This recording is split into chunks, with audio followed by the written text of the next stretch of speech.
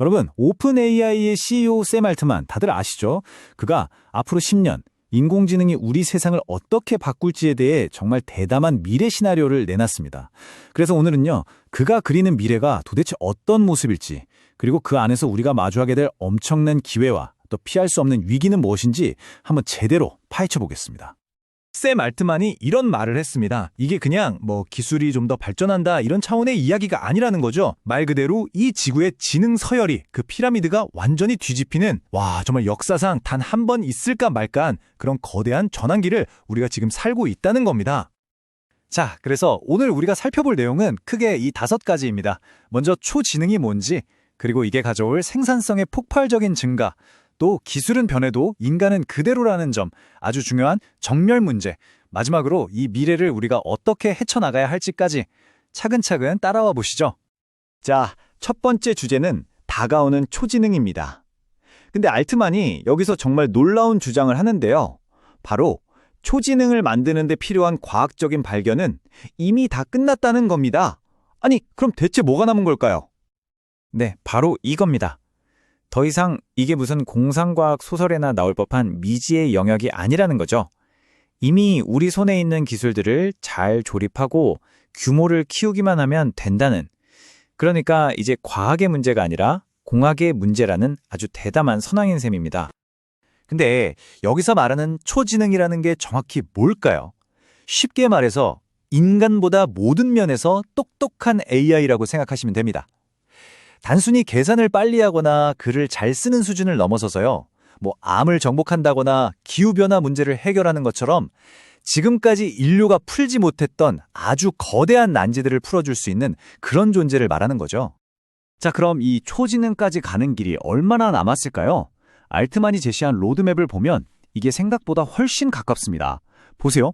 당장 내년인 2025년에 AI 에이전트가 우리 일자리에 들어와서 실제 생산성을 바꿔놓기 시작한대요.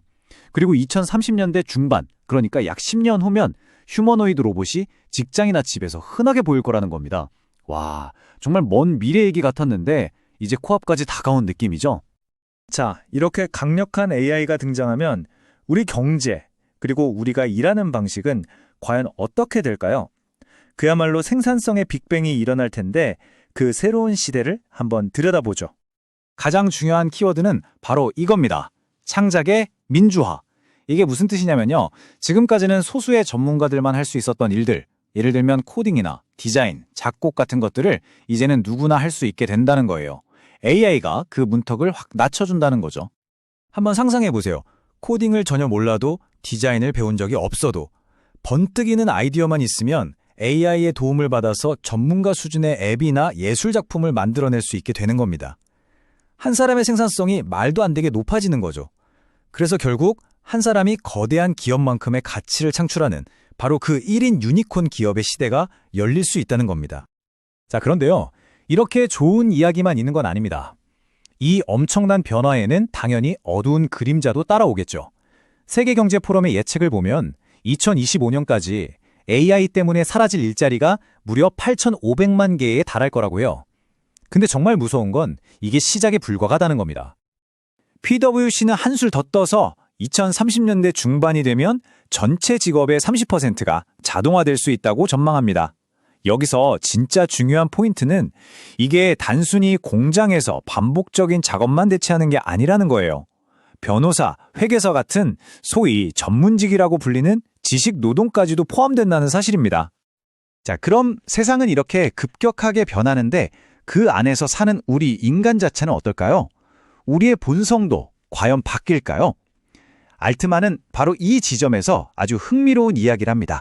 바로 새로운 세상, 하지만 변하지 않는 인간에 대한 이야기죠. 알트만이 든 이 비유를 보면 정말 와닿습니다. 중세시대의 농부가 지금의 유튜버나 프로게이머를 보면 뭐라고 생각하겠어요? 배부르니까 이상한 놀이나 하고 있네 라고 하지 않을까요? 이것처럼 일이나 인생의 의미에 대한 우리의 생각도 계속 바뀔 거라는 겁니다.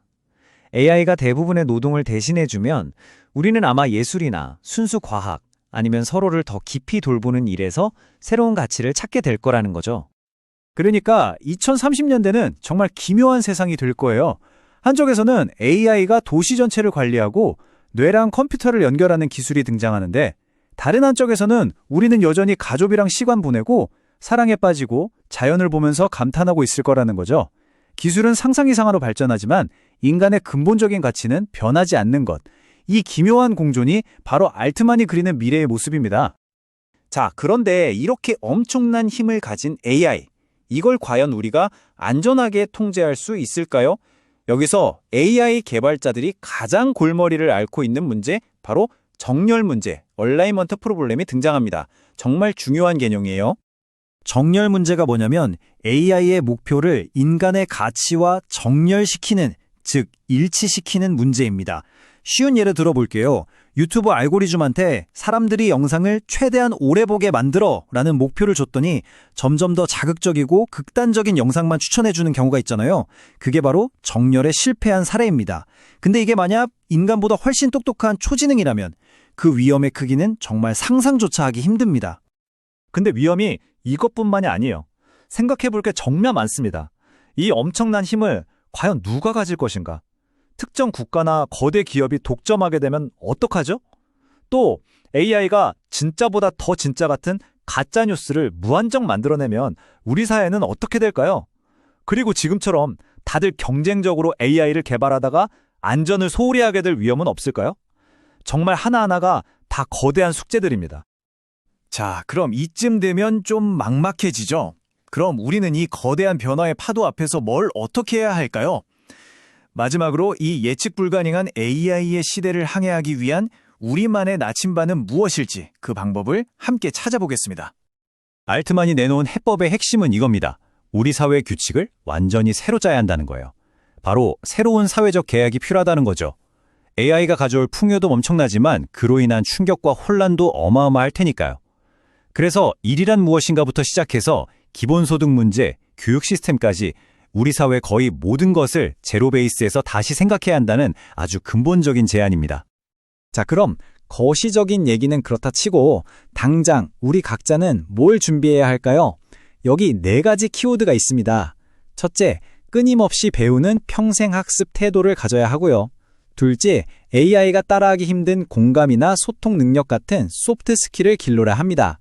셋째, 나만이 할 수 있는 전문 분야를 깊게 파고들어야 하고요. 마지막으로 어떤 변화가 와도 빠르게 적응할 수 있는 민첩함이 필요합니다.